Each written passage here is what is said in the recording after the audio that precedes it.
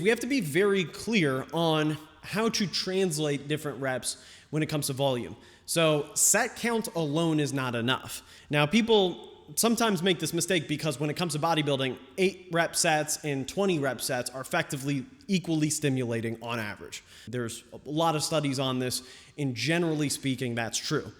So when it comes to lower rep sets, we can't apply this rule because we know from a Schoenfeld study around a decade ago, 7 sets of 3 is roughly equal to 3 sets of 10 for hypertrophy. Then also we know 7 sets of 4 is roughly equal to 4 sets of 8, which is roughly equal to 3 sets of 12 in another study. And then finally, there was a study on 3 sets of 2 to 4 reps compared to 3 sets of either 8 or 12 rep sets, I forget which. And that also found a difference in hypertrophy that you would expect in favor of, the typical bodybuilding range. Not particularly surprising, but it's very important when it comes back to, again, our first rule is a similar stimulus across a training cycle. So if you are going to just go 3 sets of 8 and then go 3 sets of 6, 3 sets of 4, 3 sets of 3, obviously you're going to be detrained by the end of that. So that is ultimately why linear periodization is not recommended, is that overall it leaves you below your minimum effective volume too far out from a competition. And you only really want to taper either a week out, half a week out, maybe no taper, and at most a week and a half out to 2 weeks if you're a really big lifter or peaking a deadlift that requires a lot of recovery. But you certainly don't want significantly lower volume, like let's say 3 weeks out or 4 weeks out compared to 6 weeks out, 5 weeks out. You don't want drastic differences unless you're ready for bad performances.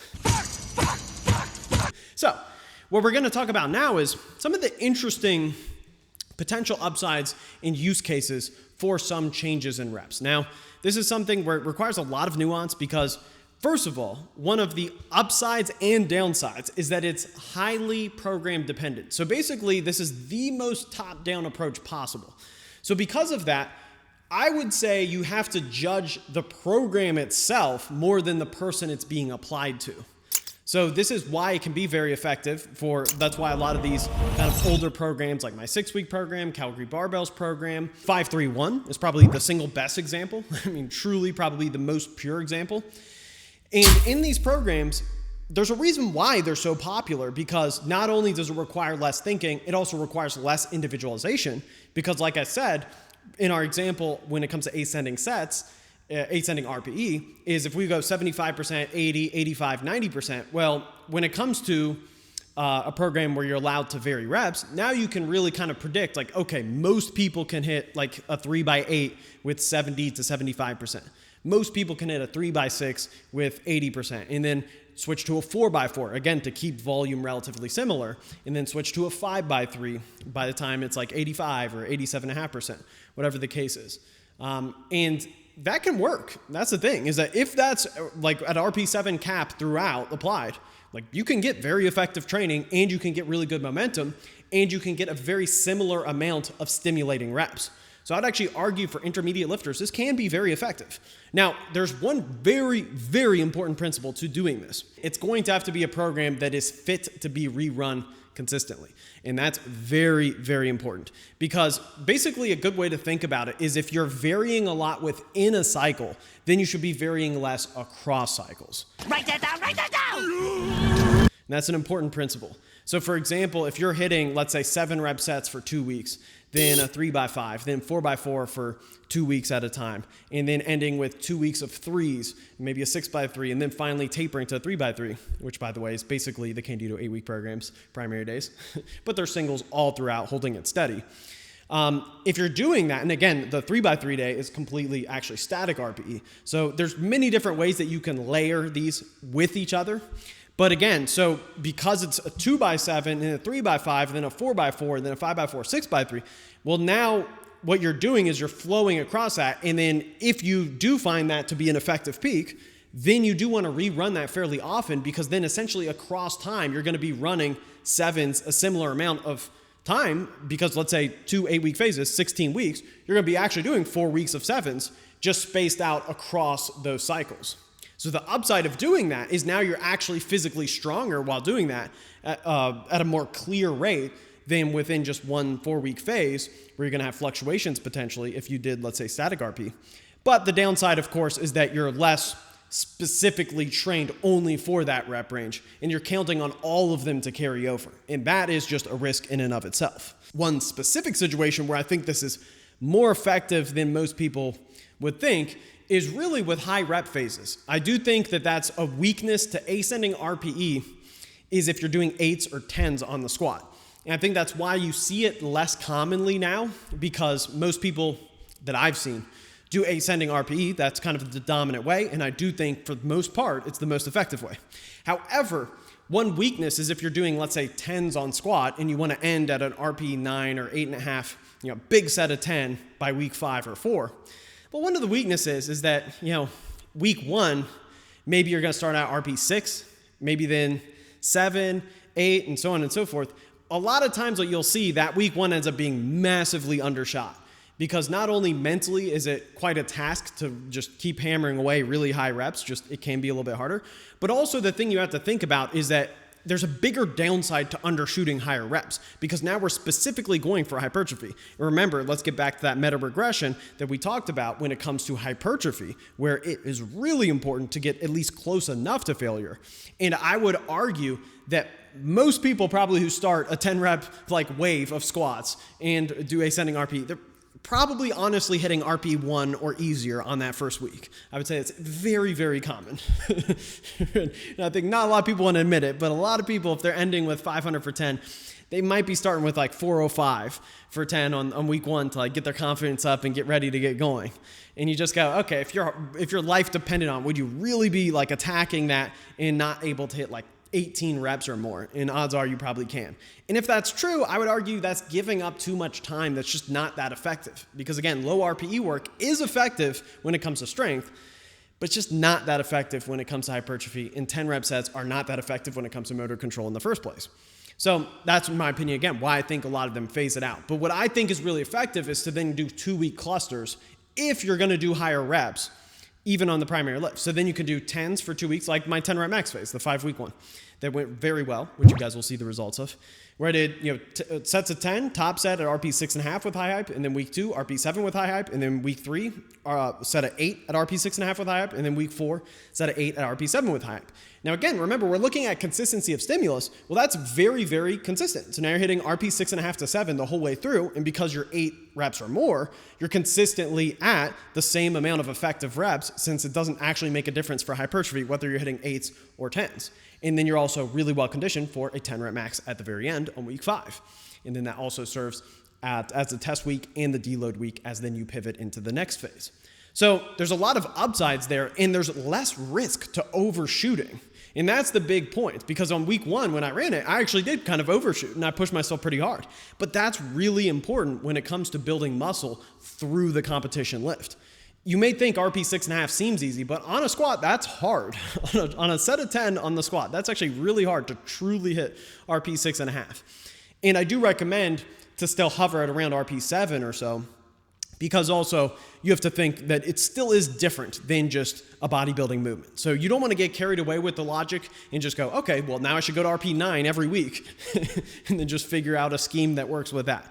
That's going to get too stressful and it's going to cause you to regress quite possibly. So there still is a balance of understanding that high reps on a barbell lift is probably the most stressful to your CNS of anything possible, because you're dealing with both high absolute load and you're also dealing with actual CNS fatigue, which stems from actually being fatigued within a set and it being longer and actually exhausting your system in that way, as opposed to just force production for 1 rep set. So that's a great use case that I would say is probably the most universal. Another good example is when it comes to deadlift volume is having a 4x5 day, then having high rep sets. You could either have a 3x10, but with top sets, because it is very important with deadlift not to get carried away. But let's say you have a 4x5, 3x10, 4x5, 3x10, then having a 4x5, then shifting down to 8s, so that way you're able to stay at that RP 6.5, 6 or 7 range and not push to RP 8. Because I would say if you're doing high volume deadlifts and pushing to RP 8 really consistently, it's going to get pretty dirty. So on week 3, you can really have that pivot, and then you can go on week 4 again, hit 8s, and then on week 5 still have that momentum going into it. So in that case, I would still have that 4x5 day start at like RP 4 to 5. So there are times where just starting really, really low in RPE is fitting for a particular slot, but having one slot shift every now and then in reps can be a very effective way to keep that primary day high intensity mentally and physically too, not just high intensity in terms of top end load. So like I said, one of the big upsides in terms of yearly planning would be to rerun these types of programs fairly often if you're going to do it that way.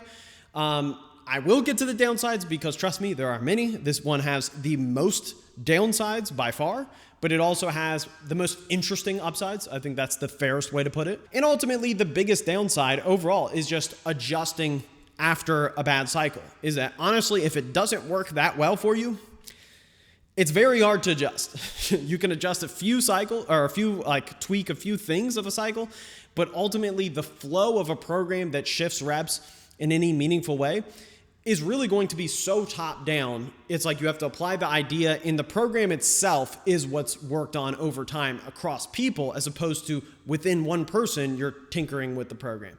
So that's why, like, if you have a peak that you know works well, it's like, oh, this works well, fluctuating this way. It's kind of similar to tapering, where like you can know certain taper strategies work well based on a lot of lifters, because you're like, I know, because taper ultimately can often involve adjusting rep ranges.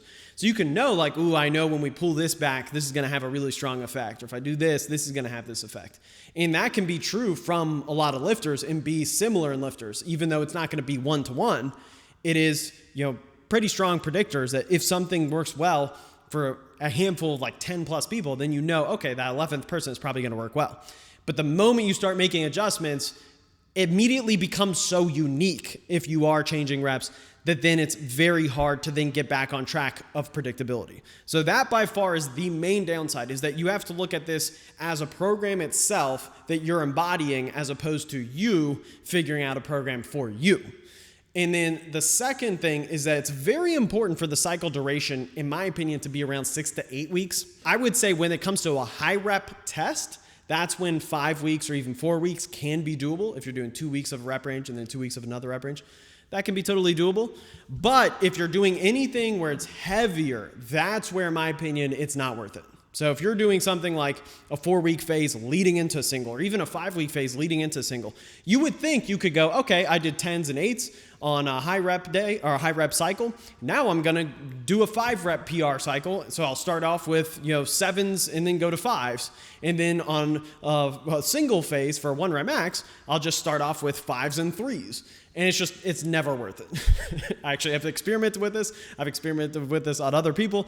It's never worth it compared to a block when you're dealing with motor control emphasis, load, force production in a 4 to 5 week phase at the tail end. So you really have to make the decision. Am I going to have a phase that can be diverse enough to where you can rerun it, but not too diverse to where you lose track, and be able to then throw that on someone and get some consistency out of it and get a unique stimulus? Like, don't get me wrong, to get back to the upside, there's tremendous upside in being able to hit like a 7 rep PR set, 4 rep PR set, 3 rep PR set, and then a single PR set, all within the same training cycle. That can give a tremendous boost, both in terms of, like I said, intensity as far as mentally, and then also just motivation. And you can hit a lot of effective reps, pushing to RP 8 to 8.5 on those rep PR sets, and then boom, moving on, and just keep it moving like that, and really having a lot of momentum, and most importantly, having lower set count relative to what you may need otherwise.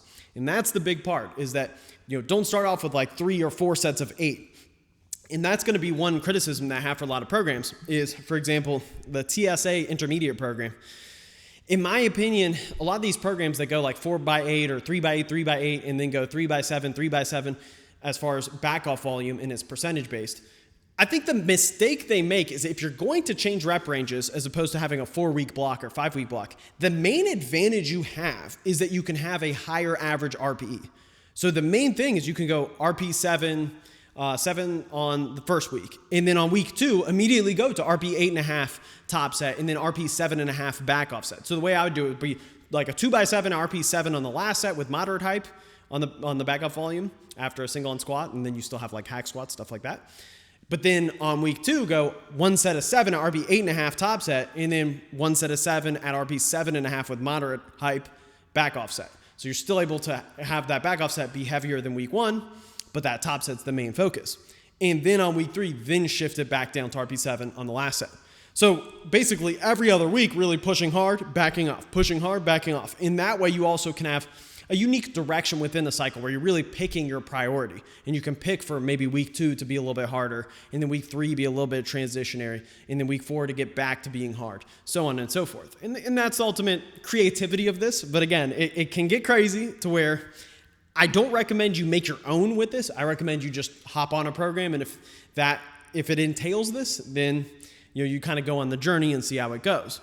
But again, the red flags would be if it doesn't equate for that volume, if it doesn't take advantage of the higher RPE on average with a lower set count. Because again, to get back to the TSA program, just my issue is 3 sets of 8 with like 69%, then 3 sets of 8 with 71%. Like you'd just be better off doing 3 sets of 8 with 73% on week 3. Like there's no reason to then change rep ranges, because then you're really setting up with the ascending RPE style with the light start. And honestly, that's kind of the downside of ascending RPE, is that you have to start so light to then have that momentum. If you're already going to shift by week 3, then you don't need room. So you're not taking advantage of the one big advantage of shifting around reps.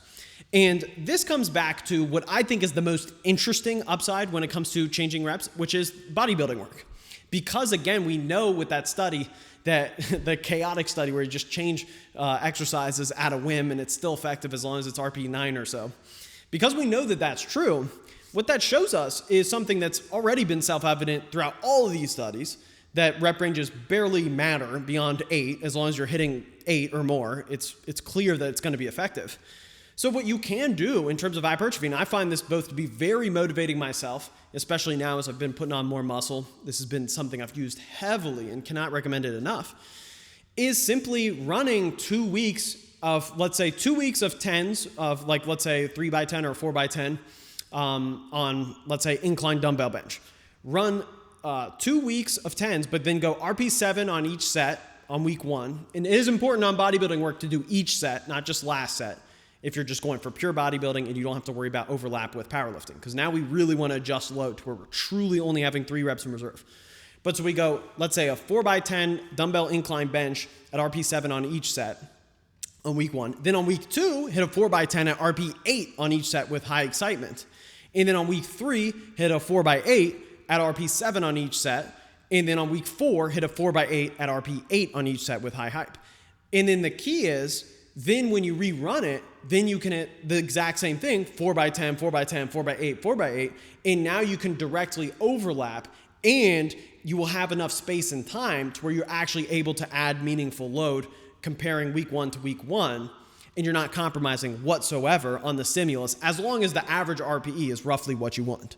So on other slots, I would actually do it a little bit differently, because that's a slot assuming you want on average RP7 8. So like, let's say dumbbell incline bench, if you're going to do 4 sets, you don't want to do 4 sets of RP 9 to 10, most likely on the same movement, especially if it's heavier, even for bodybuilding purposes. If you wanted to do like a Mike Mentzer style where you're fundamentally reducing volume, that's a whole different story. But we're assuming for this slot, you keep volume a little bit higher.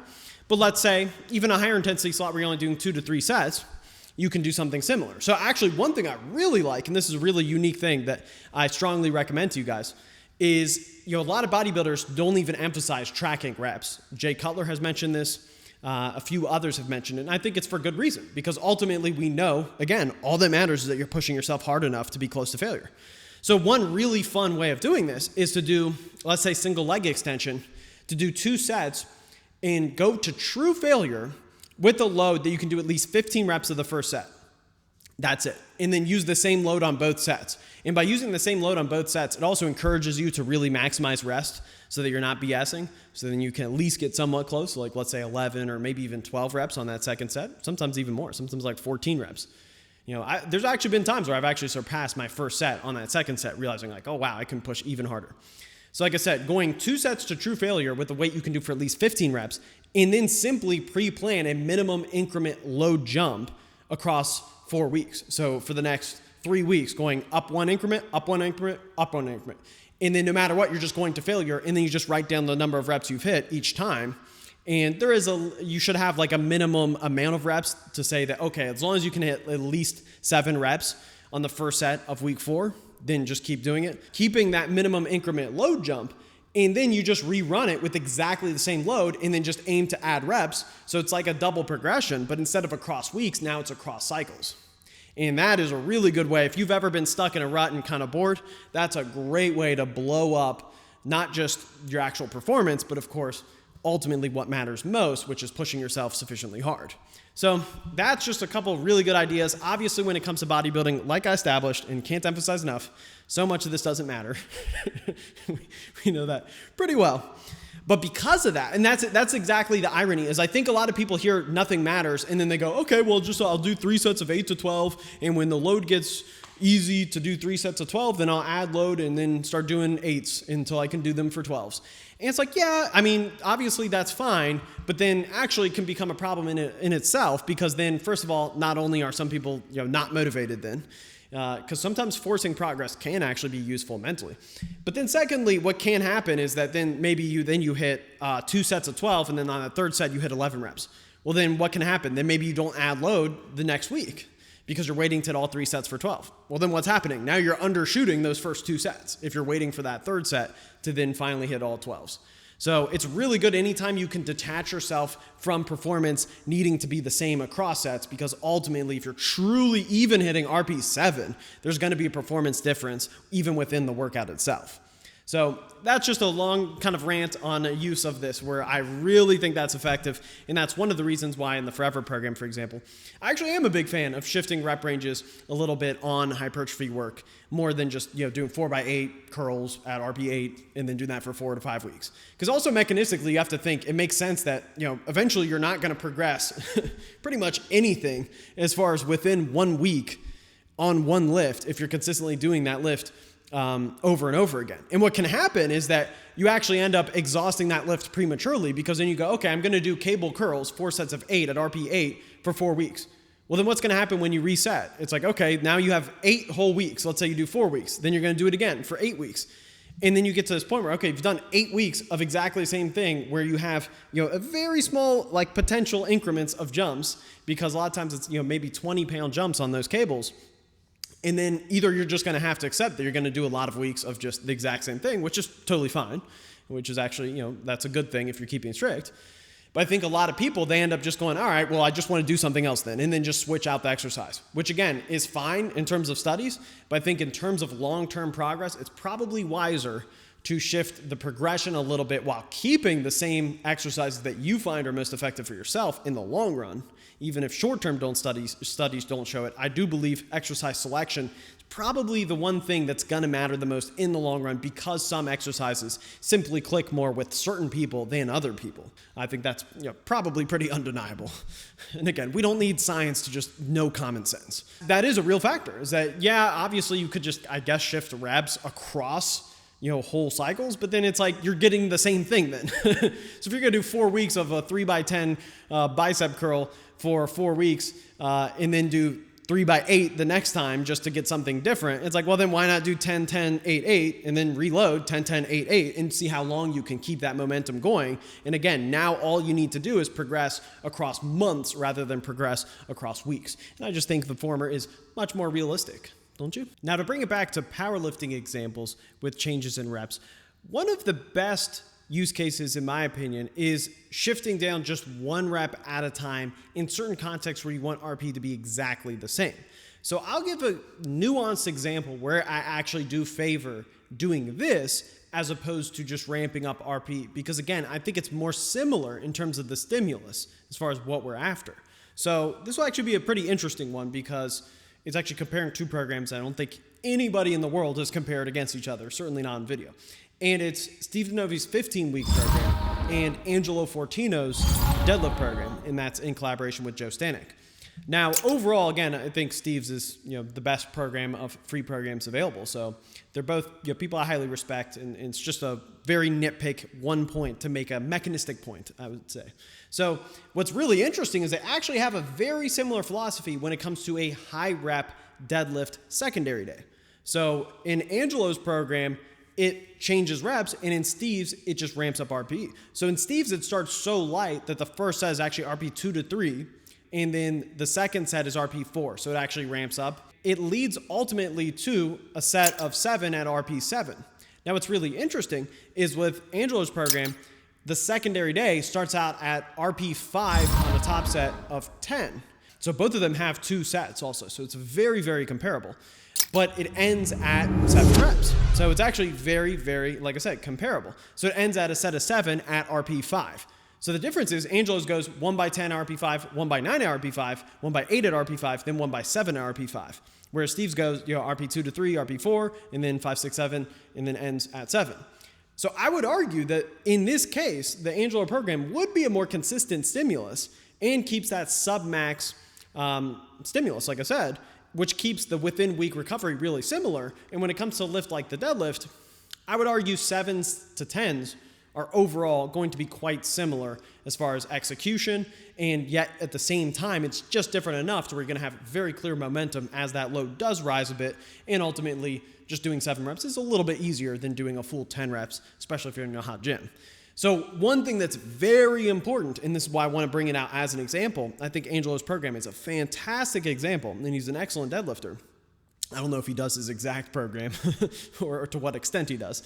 But one thing that's really well written about it is that you rerun that exactly as is.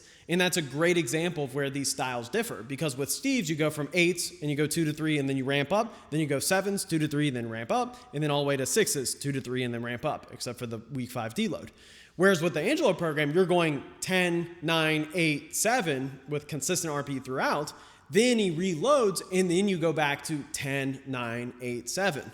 So the advantage to this is you do get to keep RP exactly the same, but then also by rerunning it exactly as it is, now you're able to add load, like I said, comparing across months. And I suspect very highly that if you were to rerun it, then that would go really well, because then those 7s going back up to 10s, now you're going to be still really well conditioned. It's not such a big difference that you lose conditioning or anything like that.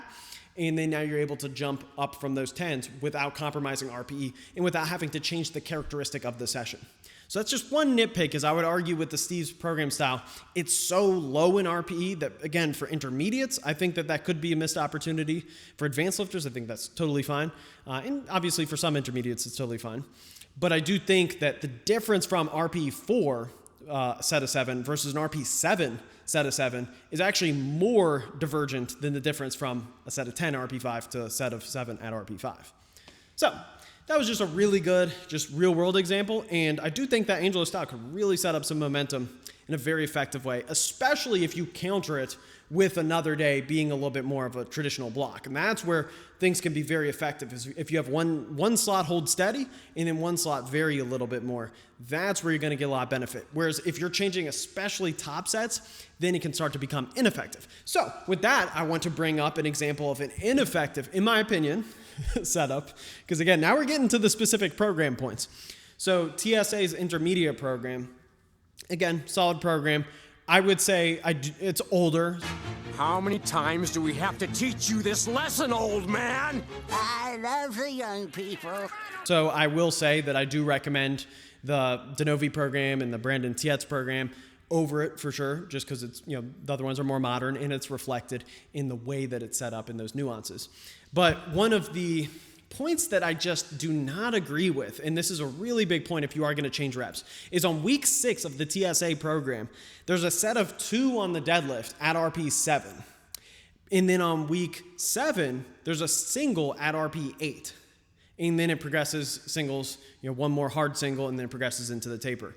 I'm just not a fan of that. I don't think that makes any sense. Because if you are going to change reps, like I said, you need to either keep RP exactly the same, and that's the main advantage, is you actually are keeping a more consistent stimulus in an interesting way than an ascending RPE or ascending block with the same reps in some contexts. But also, if you are going to change reps and change RP, if anything, the RP should be shifted down slightly. And the reason for this is because the main advantage of doing a double would be now you can push yourself a little bit harder, you can risk overshooting just a little bit more while you still have room to keep momentum going in terms of overall load. That's the advantage. So let's say you're doing a double at RP7, then I would say actually the single should then be down to RP 6.5. Or you could do a double at RP 7.5 leading into single at RP 7. So that way, now you're going into that single with higher confidence and you have plenty of room. And you may be able to hit it so well that you actually find out you hit that single at RP 6.5, even though you hit the last week's double at RP 7.5, yet you also added a bunch of load. So now you can see, okay, now my projected 1 rep max has also gone up. And you're also more conditioned leading into it. There's just more similarity between those sets. Whereas if you're changing reps and RPE, well, if you really think about it, it just make more sense to do a single at RP 6 rather than a double at RP 7, because then you'd be able to do the exact same load. You'd have more momentum going into that next week. And ultimately, you're not really losing out on anything because, again, you have the same load. So, and then you're still going to push yourself. So that's actually more similar to the Angelo program on the primary day. There's a slot where it goes from RP 6 to then all the way up to RP 9 the very next week. And that's totally fine. That can really work for some people. They can take really big jumps. But again, I don't think what makes really any sense increasing RPE and decreasing a rep at the same time. It's just room for chaos because now you're basically increasing the demand for load on both directions concurrently, rather than just pulling one back and then boom, now you're revealing nothing but golden roads. Another example of a program where I would change a lot of things is the Calgary Barbell 16-week program. Now, before you cut my head off or anything, I have actually purchased their app and checked everything out just out of curiosity, and I'm always open to learn. And it's 100% excellent, and I'm not just saying that. Bryce is obviously a super smart dude. I'm sure he's changed his mind on a lot of things since the writing of an old program. I know so many things I'd change about the 6-week program. Even more probably. The end of the 16-week program, I think, is a good example of how things have evolved, where I think there are a lot of issues with changing certain sets and reps if done in a certain way. So for example, the bench press, there's a 1x3 at RP 8, then a 7x5 at 65%, and then 3 sets at RP 9 of an overhead press, which first of all, that's super hard. That's just super hard in general as far as the amount of sets, given it's 3 times a week bench. But then most importantly is that the bench press back off volume goes 7x5 at 65%, 7x5 at 68%, then 5x4 at 72%, 4x3 at 76%. So you're going 7x5, 7x5, 5x4, 4x3, but then the taper week itself is after that. And then that's 3x2, 4x1, 2x2. So the main point being is that someone who would respond well to 7x5, now you're really having this huge swing with the volume dropping really 3 weeks out on the bench press. And in my opinion, that's going to be an area where it could be a problem. But a bigger issue is that also the alignment of average RPE doesn't quite add up in this context, because when you're getting really high set work, it can make sense if you're really kind of greasing the groove in terms of force production and motor control. So if you are doing, let's say, 7 sets of 3, that's around the top end, but I would say I probably program typically more like a 6x3. And this is where I think it would be more fitting to then, let's say, okay, for the back off work, let's either make that 3s the whole way through and then just have that ramp up. Or what you could do is if you wanted to change reps, just reduce the amount of overall sets a little bit and go 4x5, but at RP 7 on average. And then the next week you could still push to like RP 8 top set and then sets of 7 or 7.5 on the back off work for a 3x5, or even you could put some extra mustard on it and perhaps do a 4x5 so that it's a total of 5x5 volume on that 13th week. That could be doable, and then shift down reps after that to 3s or 4s, but then going to 6x3 or something like that to keep the total reps close to 20 total reps. And then again, stay in that RP 7 range and then just totally taper. But the main concern is that if you have low percentages and you have changes in reps, that's where you're really kind of getting the best of no worlds, in my opinion, and you're at risk for doing a lot of junk volume. So again, and I'm not trying to nitpick or anything crazy. Like I said, these are older programs. I think these are just great examples of where there's upsides and where there's downsides, because there's a lot of upsides to changing reps, but the biggest risk is there's a lot of strange situations you can find yourself in. Strange, very strange. So another example of good use of changing reps was actually Brendan Tietz, who I keep mentioning here. By the way, shout out to you, Brendan. I know he posts a lot of really good videos, and he has updated programs. And that's the important thing, is anytime you want something updated from someone, get their new stuff, pay for it, do all that. Like, it's all worth it to just get the good stuff and not expect older stuff or whatever, or any of these topics to really give you the whole picture. You really have to pay to get the whole picture. Even I don't know the whole picture of what anyone's recommendations are just off one program.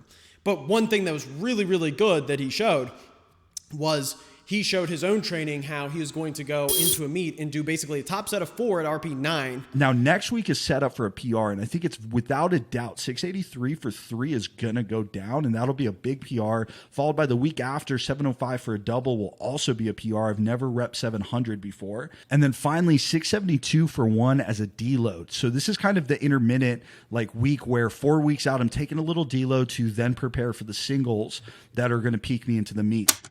And I think this is a fantastic and very underrated approach. And the reason for that is because a lot of sub-max training is really popular, and for good reason. But if you do want to push RP higher and still have directionality, that's where the key point is, that reducing 1 rep really can be a big advantage. So, because if you were to do a single across a whole training cycle, training block, and just go single to RP9, single to RP9, single to RP9, and maybe 9.5, I mean, odds are you're going to just have some weird weeks to where you may just kind of lose momentum, you may go backwards, and then it's hard to go anywhere from there. Whereas if you are going in successive weeks, just really high hype, over and over again, just hit 4 rep PR, 3 rep PR, 2 rep PR, then single PR, that absolutely can work. There are tons of people who they fit into that camp. And I do think that's actually a very underrepresented approach. So I saw that just in a random video of his, and I was just like, I just loved it. I actually had this idea for this video for years now, and I was like, that is a perfect example of what I'm talking about, where that is underrepresented in the kind of science-based, I'm not gonna say dorky industry, because there's so many super strong guys now being more science-based, more careful with block periodization, but there's absolutely room to take divergent paths. And I think that's the thing that I don't want people to miss out on. So finally, to wrap this up, so the key point is low RPE work that you want momentum on, that can work with a -1 rep approach.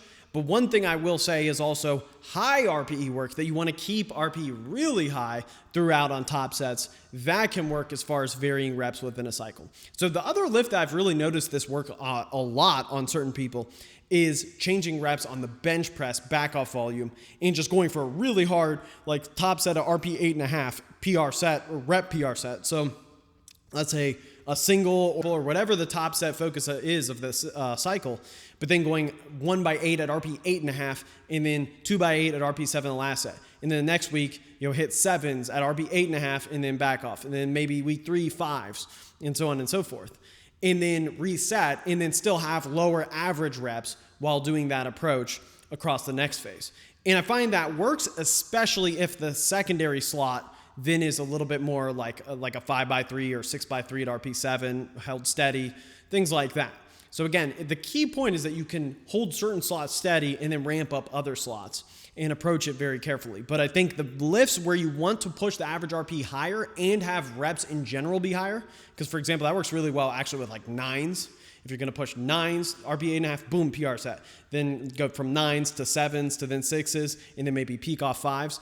Something like that can be very effective as long as it's done in the right context. Now, this study is a little bit of a unique one because it's on volleyball players, but there's actually a really fascinating study on weekly undulating periodization versus daily undulating periodization on this type of topic. And basically what they did is they set it up to where they had people do a 12 rep max, 10 rep max, 8 rep max, and then 6 rep max, just as far as doing sets to failure.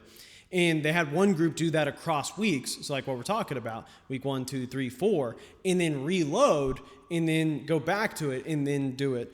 And then they had another group do a DUP setup. And they made sure that the volume then ultimately was equated because they're hitting overall the same sessions. Just one is spread out to where you're comparing across months, and one is where you're more comparing within weeks. And they actually found that the weekly undulating periodization had significantly better progress. So I do think that's an interesting example. Of course, it's just a very small handful of volleyball players. It was under 20 participants. But it's actually fascinating that it did reach statistical significance on at least 2 lifts. I think maybe even 3. So it's very interesting to see. And I think it just adds to the idea that early intermediates, especially just intermediates in general, can get more out of this style. Probably than any other group, because the way that I view it overall is that I think when you're an absolute beginner, you should just straight up just do the same week over and over again because your recovery is all the way between sessions. So there is no need for periodization because there's no competition between fatigue and fitness. So that's out of the way. Do the exact same week. But then as you become an intermediate, I do think you can do things like 5-3-1 style of periodization, where you can do things where maybe you do a 3x8, 3x6, 4x4, 3x3, test an AMRAP, and then start doing maybe 2-week clusters, and then gradually work to doing full blocks, and then long-term start doing full blocks with ascending RPE. So that's overall actually how I'd view it, and that's kind of how the Forever program is, by the way, set up, is a little bit of a system like that, where then you progress to it when it's fitting. And by all means, you could just get right to doing blocks with ascending RPE and be totally fine. But this way can also help you find which rep ranges are effective for you and ultimately help you hang around RP7 as effectively as you possibly can without a coach. So with that being said, hopefully this video was informative. Make sure to smash the like button if you're still watching. Comment, I can't believe I watched the whole thing. That exact comment if you watched until now. That's it, guys.